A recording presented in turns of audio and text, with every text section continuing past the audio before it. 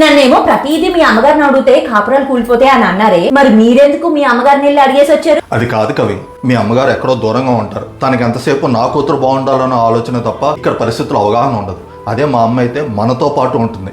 దానికి కనీసం అరే నాకు ఒక మాట చెప్పలేదు, చెప్తేనే కాదంటానా వాళ్ళ సంతోషాలకు అడ్డం పడతాననే ఆలోచనలో ఉంటుంది.